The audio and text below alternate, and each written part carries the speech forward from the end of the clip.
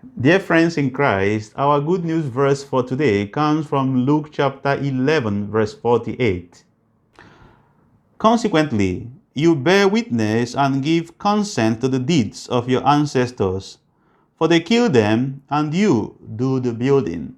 Dear friends in Christ, at the moment when Jesus made this accusation or confronted them with the truth, Jesus already knew the contents of their hearts. He knew they had already a conspiracy. He knew they were plotting to kill him. And that's why he put it to them at this moment, referring to them as accomplices. He knew they were going to repeat the same thing their ancestors did, because their ancestors executed, eliminated many prophets, because they were not comfortable with the truths the prophets were giving to them, were speaking to them. And now Jesus is going to experience the same destiny, the same fate, because they are going to destroy Jesus, thinking they have destroyed the truth. They are going to crucify Jesus, thinking that they have crucified or destroyed the truth.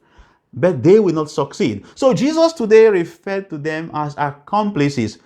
Who is an accomplice? An accomplice is a person who helps another to commit a crime.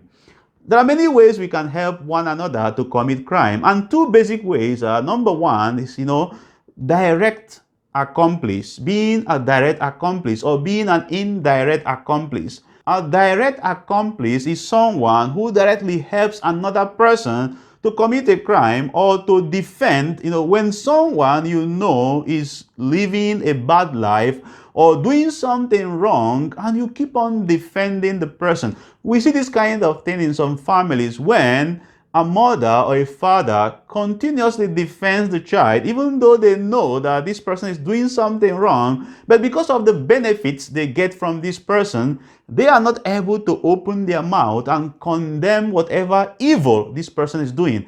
Indirect accomplice is when someone, that somebody is doing something bad, but you just keep silent. You are silent about it. And, this is a kind of a very terrible, situation, a very terrible action. To keep silent in the face of evil is a very big tragedy. And this is the kind of tragedy that has befallen our society today, that people see people who are doing evil and nobody is able to, confront or speak the truth. Why? Because if you say the truth, your head may follow it. If you say the truth, you may lose your head. You may lose your job. You may lose so many things that are precious to you. And that's why people prefer to keep silent.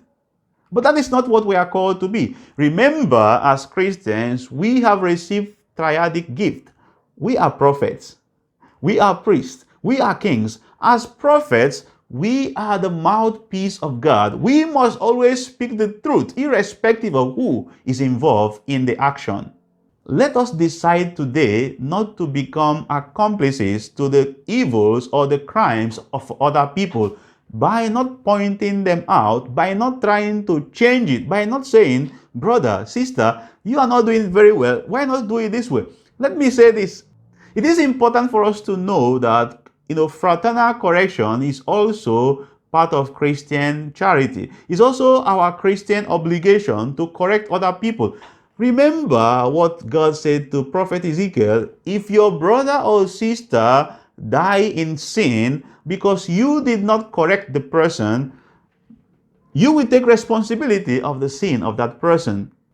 If you corrected the person and because of the person's obstinacy, the person continued to do whatever wrong he or she is doing, it will not be your responsibility. So as Christians, we are invited to correct people, but we must do it in gentleness, with love, and with patience. So as we go out today, my dear brothers and sisters, let us ask the Lord to give us the grace to always be courageous when it comes to speaking the truth.